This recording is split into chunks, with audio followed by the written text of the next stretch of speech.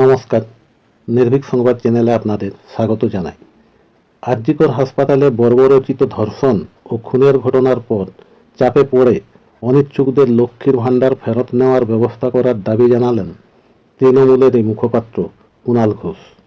আরজিকর হাসপাতালে তিলোত্তমার ধর্ষণ ও খুনের ঘটনার পর রাজ্য জুড়ে লক্ষ্মীর ভাণ্ডার সহ কন্যাশ্রী ইত্যাদি সরকারি প্রকল্পগুলিকে নিয়ে সোশ্যাল মিডিয়ায় সমালোচনা ও নিন্দার ঝড় বইছে। তরুণী চিকিৎসককে ধর্ষণ ও খুনের ঘটনায় প্রচণ্ড বিড়ম্বনায় পড়েছে তৃণমূল। এই অস্বস্তিকর অবস্থায় লক্ষ্মীর ভাণ্ডারের মতো প্রকল্পগুলি নিয়ে বিরোধী দল ও সমাজ মাধ্যমগুলি রাজ্য সরকারকে তুলোধুনো করছে। এই চরম বিড়ম্বনা থেকে বেরিয়ে আসতে পাল্টা বিকল্প পথ হিসেবে অনিচ্ছুকদের লক্ষ্মীর ভাণ্ডার সহ প্রাপ্ত অন্যান্য সরকারি প্রকল্পগুলি ফেরত নেওয়ার ব্যবস্থা করার কথা ভাবছে।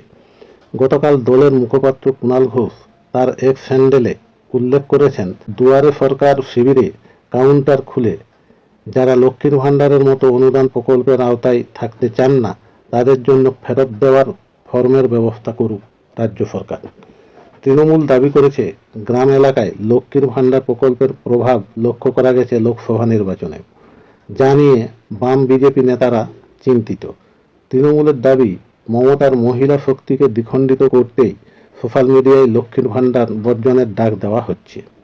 বেশ কিছুদিন ধরে সমাজ মাধ্যমে লেখা হচ্ছে, লক্ষ্মীর ভাণ্ডার প্রকল্পের মায়ায় মহিলাদের মুখ বন্ধ করে রাখা হচ্ছে। আরজিকর কাণ্ডের পর উত্তাল পরিস্থিতিতে এরকম প্রচার হওয়াটা অনেকটাই স্বাভাবিক বলে রাজনৈতিক বিশেষজ্ঞরা মনে করছেন। কিন্তু এক্স হ্যান্ডেলে কুণাল ঘোষ লিখে বসলেন, ফেসবুকে বিকৃত বিপ্লবী না সেজে ফেরত দেওয়ার ফর্ম পূরণ করে জমা দেন, কুরাজনীতি করবেন না।